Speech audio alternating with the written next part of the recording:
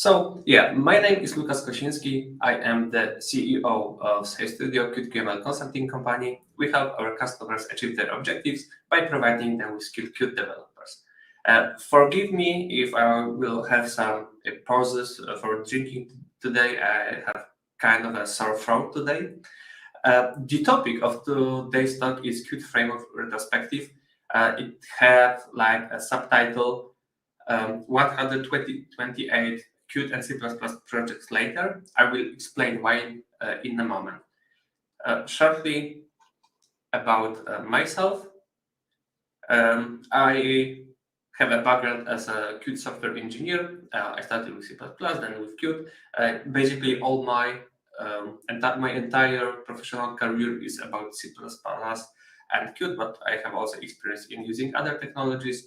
After some time, back in 2019, I hired the first guy, and since that time, I'm running a QML consulting company, Safe Studio.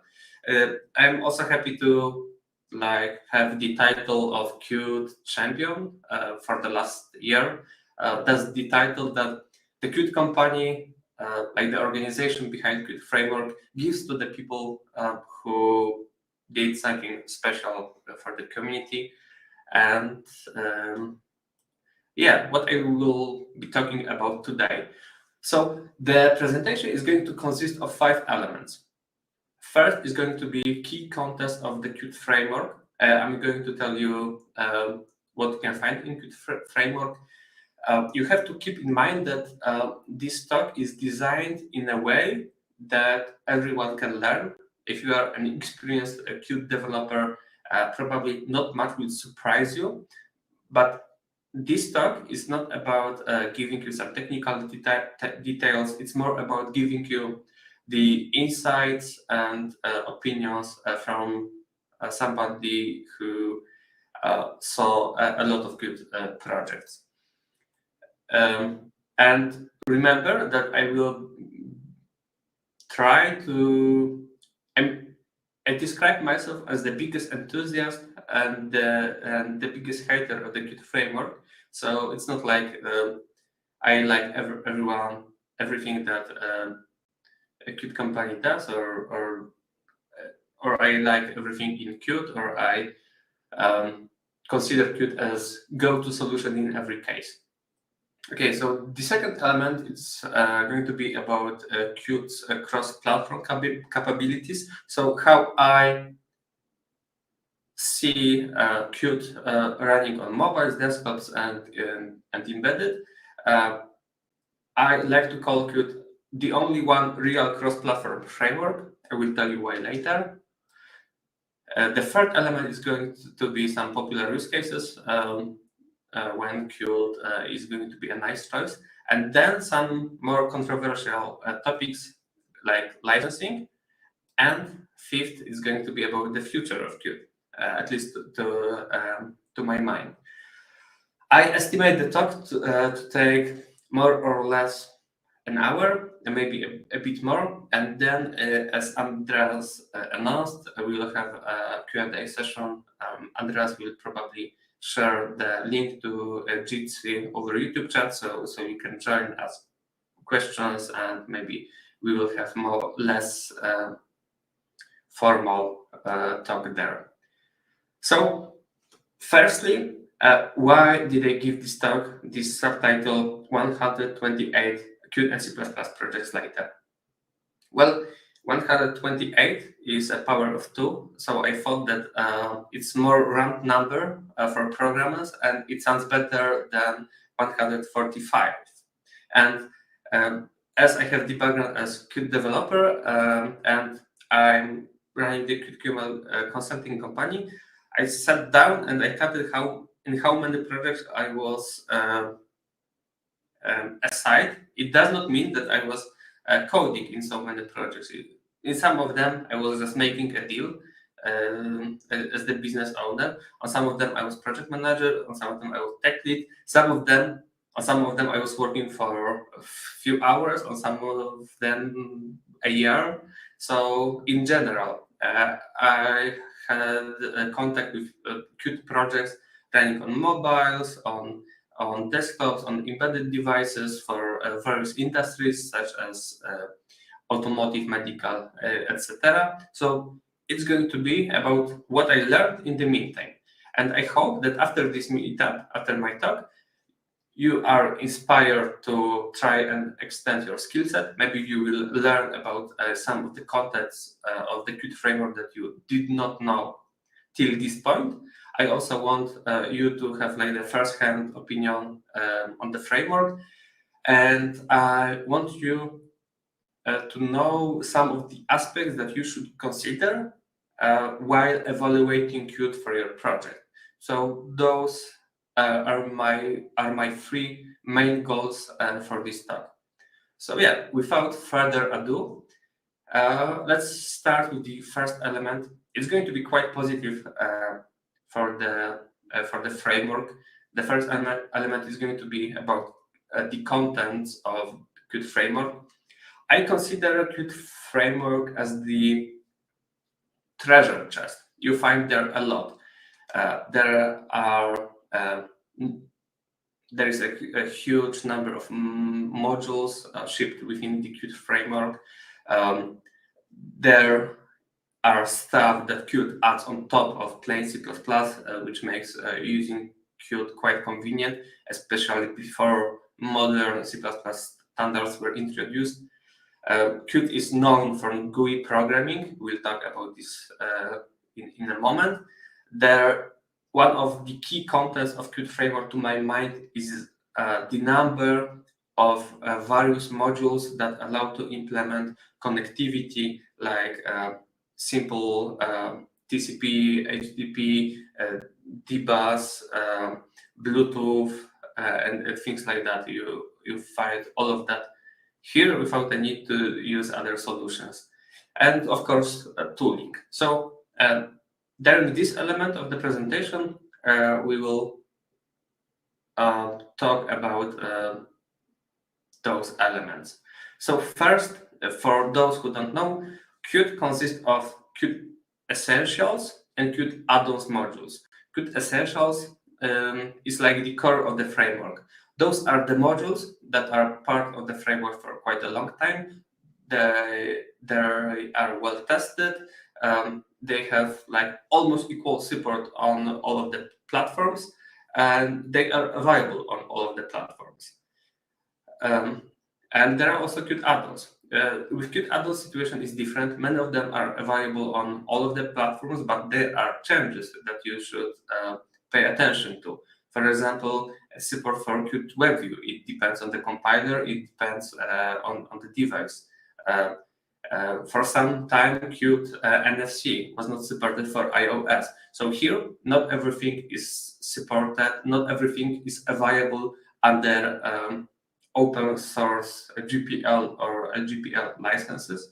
So before going with some module, you should check whether you are compliant with all the requirements or whether you want to invest in the licensing for this module. For example, one of the modules that makes people using commercial licenses are Qt charts.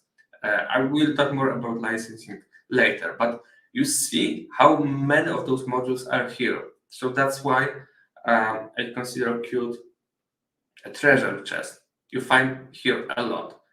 And there are things that Qt adds on top of C++, like signals and slots. It's the mechanism to allow inter-object communication. You can let the other object know that something happened. You can share some data using signals and slots. It's like Qt's answer to the regular callbacks that you may know from C or C++ programming. I don't want to say that signals and slot is like more cleaner solution or something like that, because they are nice, they are convenient in use, but quickly you can end up with a real mess if you are not careful while implementing signals and slots in your application. Then, speaking about the stuff that Qt adds on top of C++, there is a memory management. In other high-level languages, there is a garbage collector, or now in C++, we have smart pointers. But before that, there was a mechanism of Qt object trees introduced. It lets you specify a parent to a plain C++, not plain. It has to extend Q object. It lets you set a parent to Q object, and one object can have multiple children that are then treated, put in the array, and of course a single object can have as many children as they want. And why such a mechanism was introduced? It was introduced to ensure that everything is going to be released from the memory when it's no longer needed. So in case we delete the parent object, all of its children are going to be removed, deleted, along with the next objects in the tree. So it's like the recursive process. And that's the answer for memory management problem in C++. And there is a meta-object compiler. Meta-object compiler is like that spicing. It's the mechanism that allows all of those things possible. It's additional build step that takes your code. It looks for Qt-specific macros, and it's another build step. It generates own C++ code that you don't see, that is pulled in the build folder. And thanks to that, you can use signals and slots, property system, and real-time type information. Again, this talk is not that technical, so we will not go into the details. But just to let you know, it's all done automatically if you set correct CMake flags. And Qt is, of course, known for GUI programming, and that's for the reason it's still considered mainly as the GUI framework. And there are two ways of implementing GUI using Qt framework. One, more older, is doing that using Qt widgets module, and the other newer one using Qt quick. It's not like one solution is better than other. Qt widgets are as old as the entire framework. They are great for cases like when you develop pretty standard desktop applications, which are like tooling apps that have those standard desktop elements. They are great because they adjust to the look of the operating system that you use. Of course, you can customize the UI, but in some cases it's a bit cumbersome, and sometimes it's also tricky, and you have to overwrite, extend some classes and draw some elements on your own, and that makes customizing Qt widgets a bit cumbersome. Also, animating them is quite difficult. But the thing about Qt widgets is that you create the GUI using an editor that then generates an XML code, and you can then automatically compile that XML compiler, generate C++ code out of that XML file, and then you connect to generated UI classes in your regular C++ class. But to my mind, the problem here is that sometimes people mix the code responsible for the regular business logic with the code responsible for typical GUI stuff. And there is also Qt Quick module, which is newer, which is the response for current needs, the needs of modern user interfaces. This UI here, it's one of the apps that we developed with Qt Quick module for the mobile platform. Qt Quick module bases on the QML language that looks like that. It has like pretty declarative syntax. I will not go into much details now, but what I like about QML is that it provides quite nice separation of the code responsible for GUI and code responsible for business logic, connectivity, databasing, and stuff like that. Again, this talk is not about GUI development, so I want to encourage you to check out my blog post in which I compare both Qt Quick and Qt Widgets in details, because both of them are great for particular put poses. Yeah, and the next content of the Qt framework that I like is the tooling. Qt has own dedicated IDE. Still, a lot of people use Silio, Microsoft Visual Studio, and nowadays Visual Studio Code, and that's good that people have a choice. But I personally like Creator. I use it a lot. What I like is that it has the same user experience on all three major desktop platforms. So when I'm on Mac, Linux, and Windows, everywhere I have the same IDE. There is a cool thing within Qt Creator, which is a QML profiler. It allows you to debug, to profile issues that you may have on UI side, like with performance and stuff.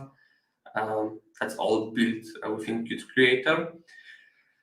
There are things that I'm not a huge fan of, like Qt Design Studio. I say that I don't like it. It's being promoted quite often, and you may have heard about it.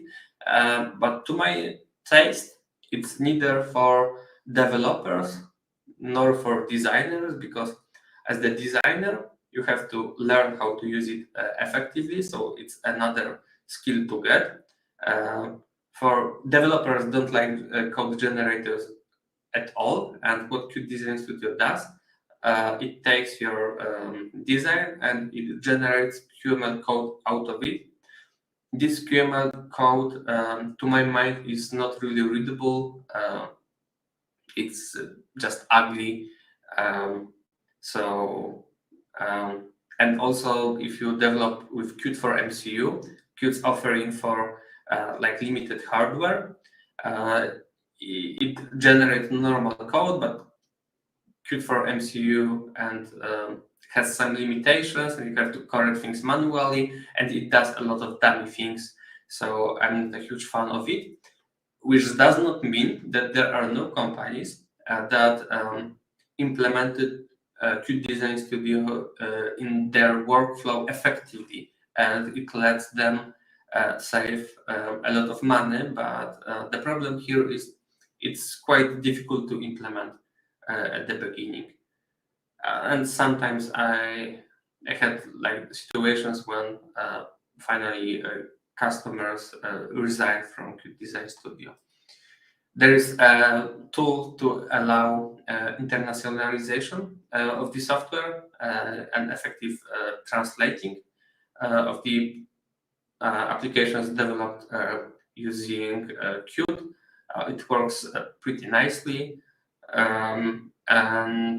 Yeah, here I have the screenshot from me editing a file with German translations. And part of Qt's offering now are Q&A tools, which are available under separate commercial licenses. I have to admit that they are quite powerful, but they are expensive and not applicable to all of the users. But I like Squish a lot.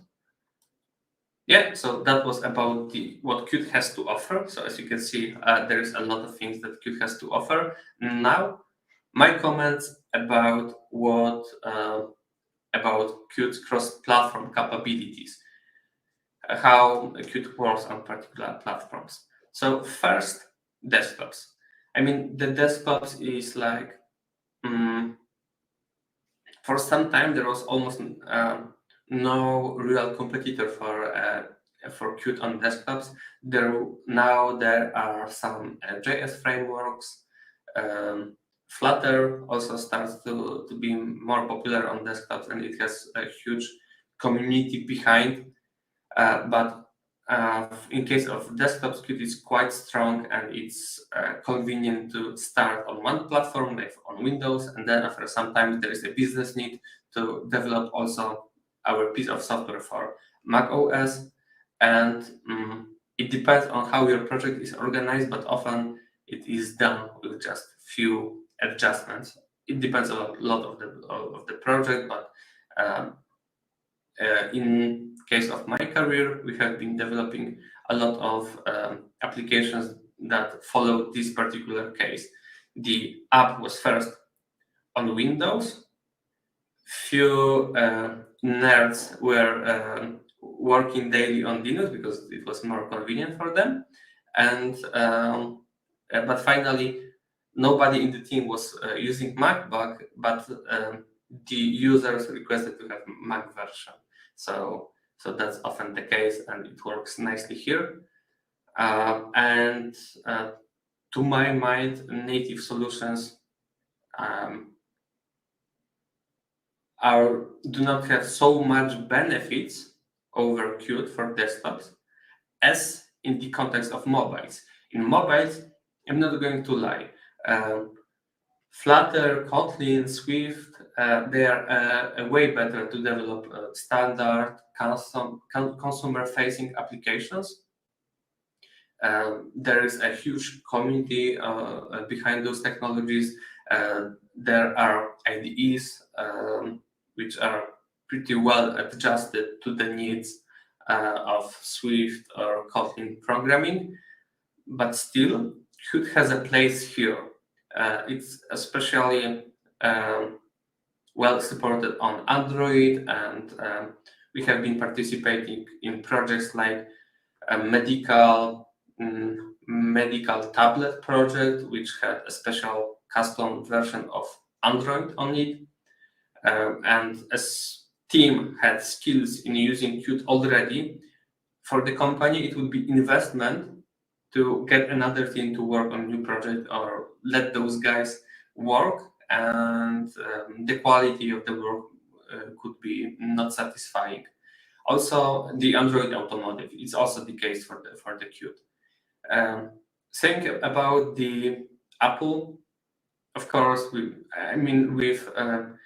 Mac OS and iOS development, sometimes it's a bit tricky, and a lot of my customers were asking us for help just to release the app, just to deal with Xcode and packaging, citing, distributing apps problem. I will have a talk during Qt World Summit about that. But generally speaking, Qt has a place in mobiles as well. But the best case for developing a mobile app with Qt is when you have a piece of software already existing, running on embedded or on desktop, and you want to reuse the stuff from that desktop or embedded project also on mobiles.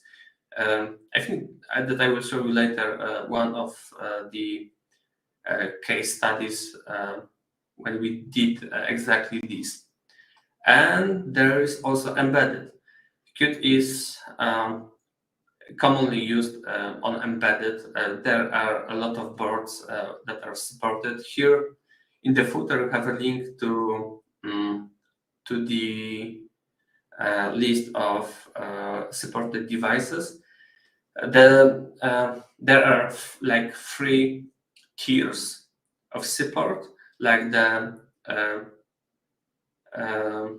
referential targets, referential boards, supported, and I don't really remember the names of those tiers, but there's also a tier with boards that are not that often tested, but generally speaking, you can take almost any board and try to compile Qt for it as you want. And you can also, it depends on the case, but you can also do that in many cases using the free license, even for commercial projects.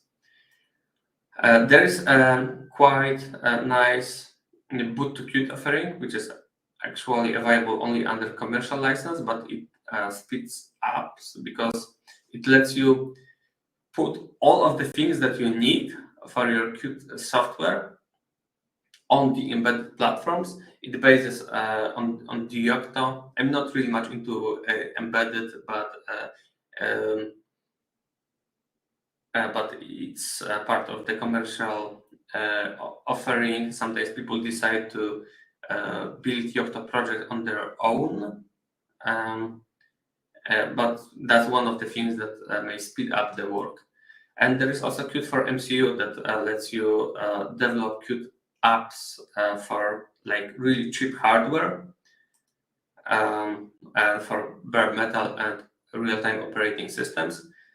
Here in the corner, there is a visualization of one of the projects that we did using this technology. And the truth about this is that it's also available for commercial users. And yeah, I will talk more about licensing later. But still, if you have skills in using Qt, and if you want Qt for your MCU project, that may be a go-to solution. But the fact is that there are other free libraries, frameworks to use. So you simply have to calculate like return of the investment, whether it's worth or not. There are also frameworks that have a smaller footprint on such devices, so you have to consider it. Yeah, and yeah, I forgot about this point. Qt for MCU has the limited version of Qt Quick, which allows you to use, like, let's say, retarded version of Qt Quick for your MCU project screens, which also kind of nice, but you have to understand that because those are MCUs, the GUI may be more limited, less graphical effects and stuff like that. Yeah, so those first two elements were quite positive. The third will also be the use cases for the Qt project. So as I mentioned, Qt is popular on desktops. I don't know how many of you use Telegram app, but its desktop version is developed using Qt. Here we have the screenshot from the Qt desktop app that we developed using QML for the company from games industry. So we can not only develop like tool-like software for professionals, but any kind of desktop software using Qt and develop it for multiple targets. In context of desktops, I don't have much to add because Qt is pretty strong here. HMI screens. HMI screens is a huge topic. I will later talk about competitors because sometimes it's quite surprising, but still, because of those advantages of Qt, because of Qt's offering, because of Qt Quick, which is like designed in a way that it's convenient to develop a GUI using Qt Quick. Because of all those factors, Qt is strong for human-machine interfaces development. Currently, a lot of devices, a lot of machinery gets a touch screen, and that's for the reason. If you would have to design every physical control button, switch, or stuff like that, it could be more expensive than putting all of such things on the screen. Also, doing that on the screen allows you to do last-minute updates. So, and you could not do that with physical elements. So here we have the screen of the visualization of the project we did for a company doing spinal surgery robots. And Qt is popular in the medical sector because of the not only the regular advantages of the Qt, but also because of the reasons like integration with many libraries for medical purposes, for medical imaging, with OpenGL, with OpenCV, with libraries that let you display computer tomography or magnetic resonance scans. So Qt integrates here well. And not only in case of medical, but also in industrial automation, machinery, it also likes to use Qt to develop HMI screen to control some piece of machine. And there's also automotive.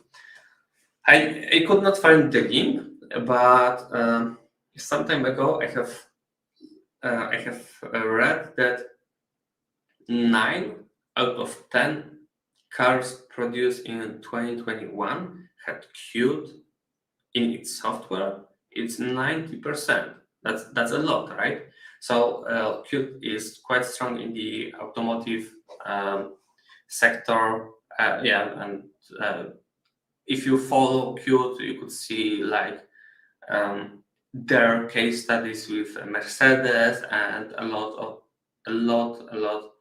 other like widely recognizable brands. Here are the screenshots from this small project that we did for automotive Polish startup.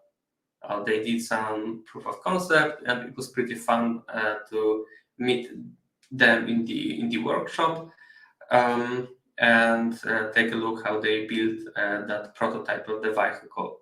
And those are the screens that were put behind the steering wheel.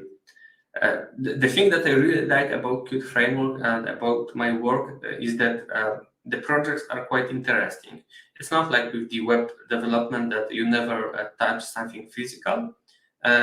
It's quite opposite, actually.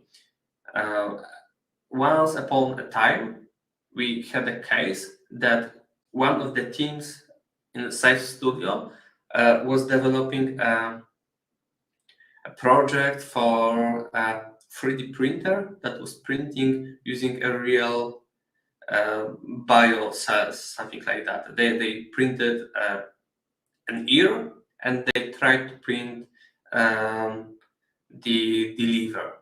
So it's like avant-garde of medicine, avant-garde of the medical sector. And at the same time, the other team in our company was working on a slicer to slice meat and cheese. So that's what I really like about Qt, like that diversity of the projects. And regarding mobiles, I was telling you about the best cases to develop mobile applications using Qt. And I'm not going to lie, it's probably better and cheaper in many cases to go with other more popular solution for mobiles. But in this case, there was already a desktop application with all of the logic to communicate with this device that is doing some blood analysis. And there was already C++ code for that and a lot of like workflow code for that. The only need was to add a UI on top of that. And as we had QML skills, I think that we saved months of development only because we took that existing code, we added a UI on top of that, and it let us develop this mobile app quite fast. So yeah, that was an element about popular use cases for Qt. So desktop applications of any kind, HMI screens for numerous industries, and companion applications. And automotive, of course. Yeah, so now more about the licensing. It's going to be fourth element of this presentation. If we would like to discuss all of the aspects and tiny small things, which module exactly is available under which license, we would need another talk or 2 or 3 to do so. So let's go with something simpler. So first of all, some people think that there is only GPL license and commercial license. Yeah, there's a GPL license. Qt has a strong bonds to the open source community, to KDE, and Qt owes a lot to the free software community. And Qt and most of its modules is available completely for free under this license. Like more embedded offering, Qt for MCU, Boot to Qt, Design Studio, Q&A tools is not licensed under this license, but you can code software under this license for free and be happy because you can use a lot of modules. But here it comes the important obligation. Your software also has to be open source. But there is LGPL, a license version 3, which lets you develop commercial apps, which lets you earn money while keeping the source code closed. There are important obligations. There are modules that are available under commercial licensing and GPL licensing, but they are not available in LGPL version 3. So before going under this license, you have to check whether it makes more sense in your case to, for example, look for some alternatives for missing module, or to go with the commercial license. And regarding commercial licenses, the good thing here is that we have a choice. We can choose between various options in commercial licensing, and we can choose between GPL and LGPL. And regarding the commercial offering, I think that something is wrong with this arrow here. Yeah, but regarding the commercial Qt licenses, there is Qt for small businesses. It's good that there is a thing like that within Qt because it costs like I think $500 US per year, but there is a company turnover limit, so we have to keep this in mind. And there is an option Qt for application development, which is designed for those of you who develop mobile and desktop apps using Qt.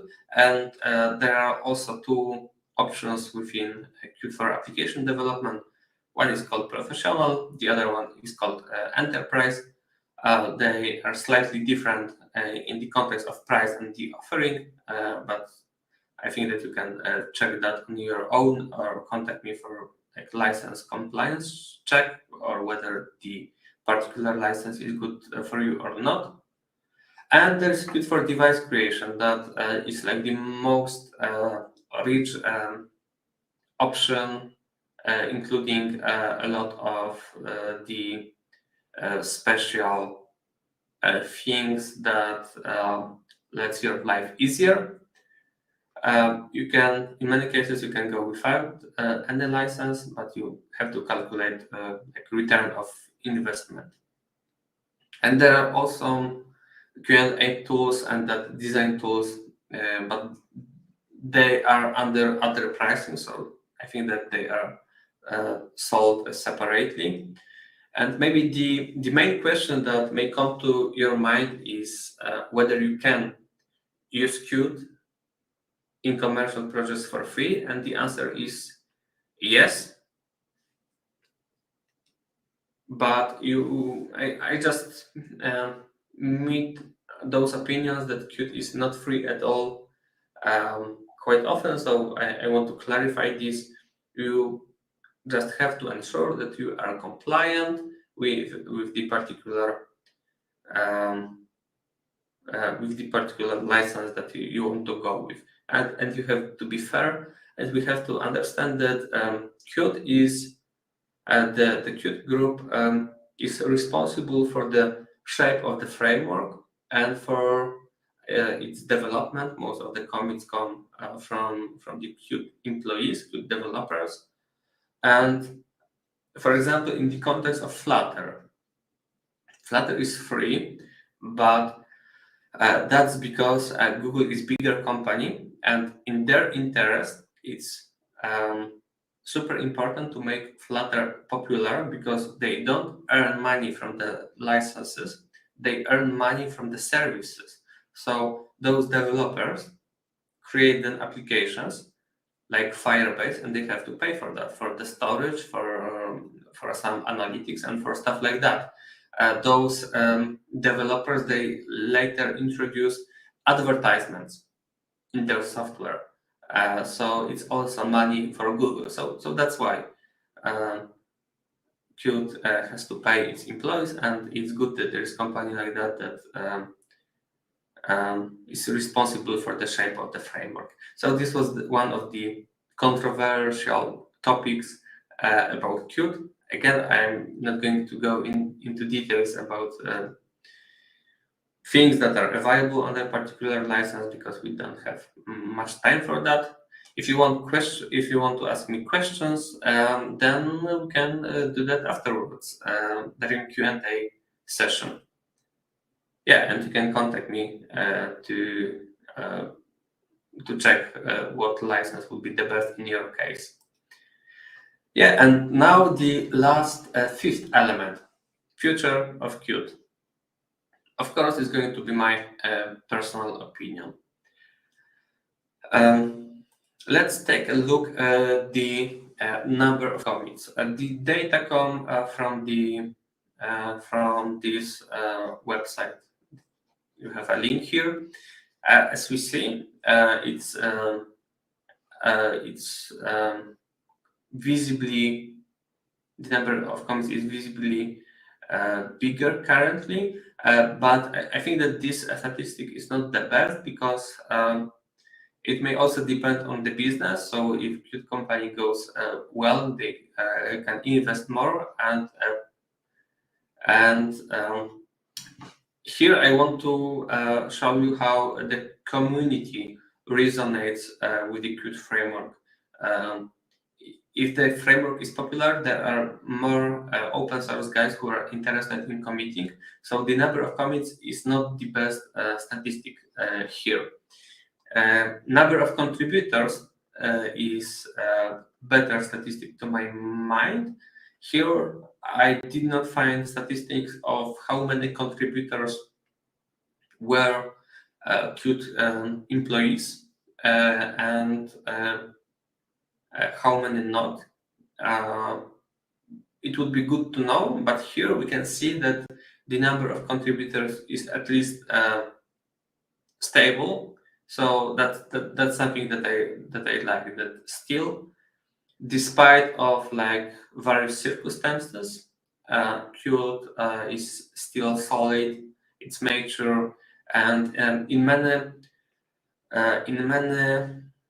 industries like aviation, aerospace, military, automotive, medical, it's important to base your projects on mature technologies that will not disappear in a moment, shortly after they were released, like some JavaScript frameworks. I wanted to also show you the diagram, the plot with the phrase Qt framework, with this number of searches of the Qt framework phrase in Google Trends over time. So here we have data from back from 2004 till today, and here we can see that the trend is going down. So that's something that is a bit concerning, but we have to also understand that at the same time, the web development became more popular, and Qt also has competitors. So I also want to inspire you to be more active in the community, just like me or my company, because I like the technology, and I think that that's important to keep the community vibrant. And I also wanted to talk shortly about Qt commercial ecosystem. So Qt is used by huge companies like Intel, like Mercedes. There are great consulting companies that provide software for others, and they also commit to the frameworks. That's good that there is a Qt group, that company responsible for the shape of the framework and the development. I consider it as something super valuable, and it's good that Qt has partners, like technology partners. They talk with guys who develop embedded boards, chips. I think that it's also a good trend that they try to get more money from Q&A tools. They experiment with own services like Qt digital advertisements to have like a few sources of the income. So I think that that's pretty cool, and there are service partners. So that's what I like about Qt's commercial ecosystem, because all of the partners, all of the customers, they somehow contribute to the framework.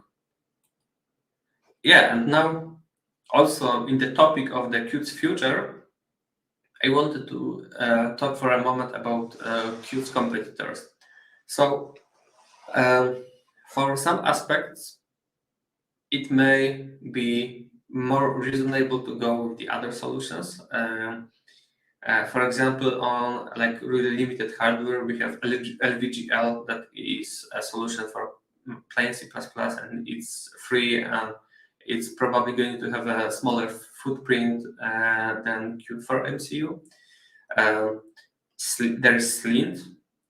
We all know that Rust is becoming more and more popular, and there is a Slint framework for Rust programming language, which in some time will be available not only on embedded and desktops, but also on the mobiles. It's also available under commercial licensing, but its commercial licensing is quite, I think that it's easier to understand. There is Flutter. There is Flutter, which started as cross-platform solution for mobiles. Then they started to get more commits, more interest in developing with Flutter on desktops, and now there are more and more brave attempts to make Flutter a go-to solution on embedded.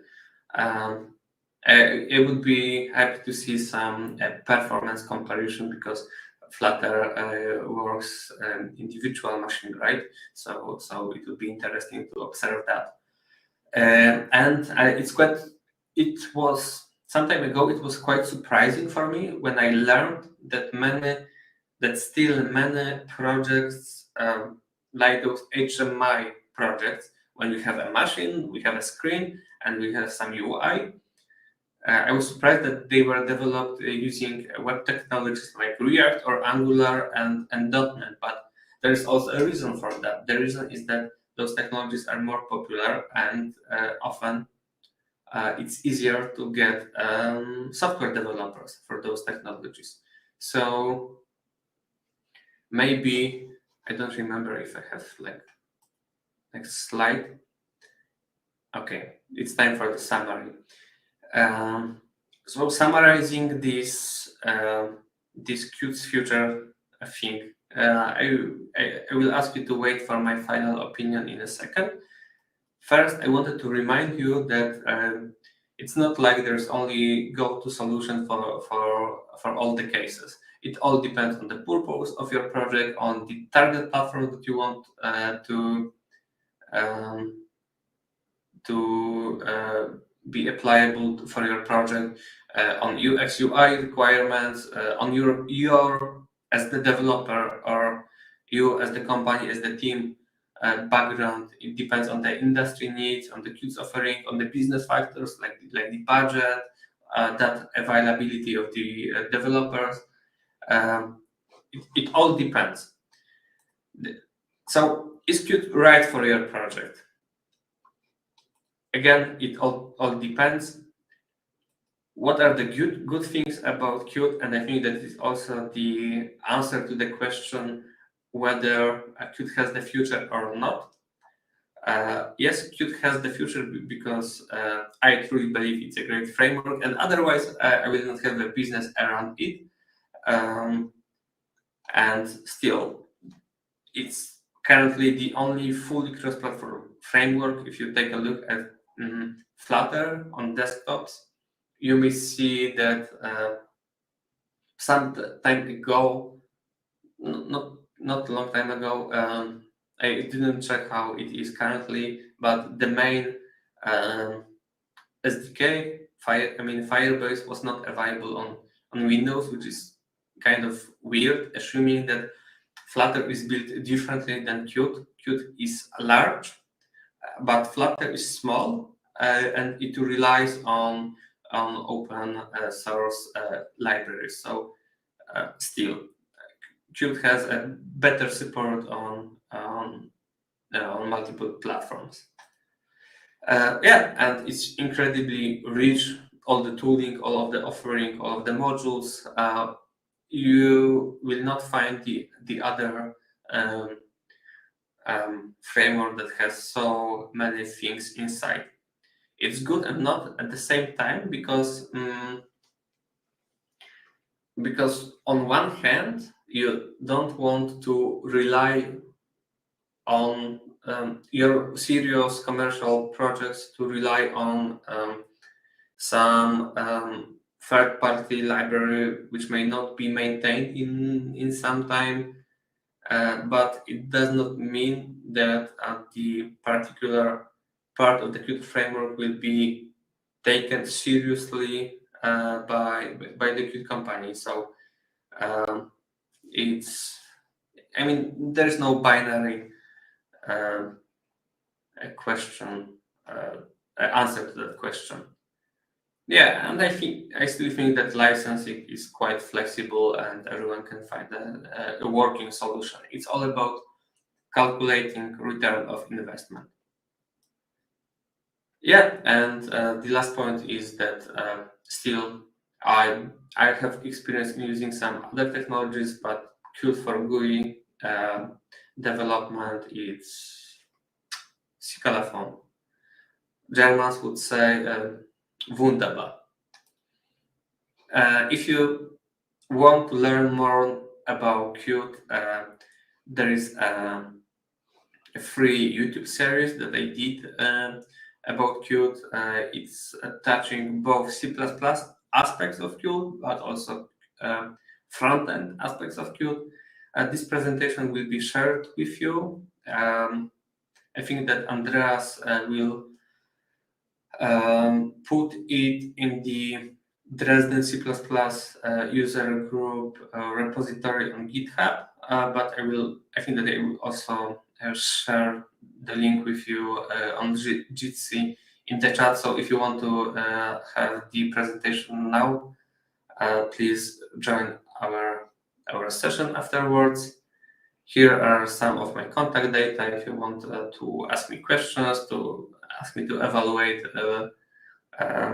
Qt for context, or to get some consultant telling you whether you are going in the right direction or not, then you can contact me. Yeah, and I think that that's all. Let's check the time. Exactly an hour. Exactly an hour. It's 8 p.m. Yeah, I expected that I will go over at that time, but yeah. Thanks, guys, for listening. I'm super happy to be here. Yeah, thank you, Łukasz. Thanks a lot for the talk. There's one question now. I see. So, Dirk, I'm not sure whether you hear me or not, but the answer is yes. There are constraints that you have to be compliant with the requirements of LGPL version. You still can keep your source code closed, but there are constraints, like you have to admit that you use Qt. You have to make an instruction, and you have to be clear about all of your changes that you did in Qt framework, in case you compile it on your own and you did some patches to do some changes. You should use LGPL version for all of the time. There are some constraints like that. I think that they are listed on our website somehow. Qt licenses site studio. What else do we have there? A copy of LGPL license is distributed with application. Yeah, basically you have to be compliant with the license, but yeah, you can earn money. You can use Qt for free in the business context, but you have to be compliant, and not the entire offering is available under this license. Like, for example, Qt charts is not available. That that special embedded offering that makes it more convenient to develop apps for embedded platforms is not available. Automotive suite is not available. It all depends on the case.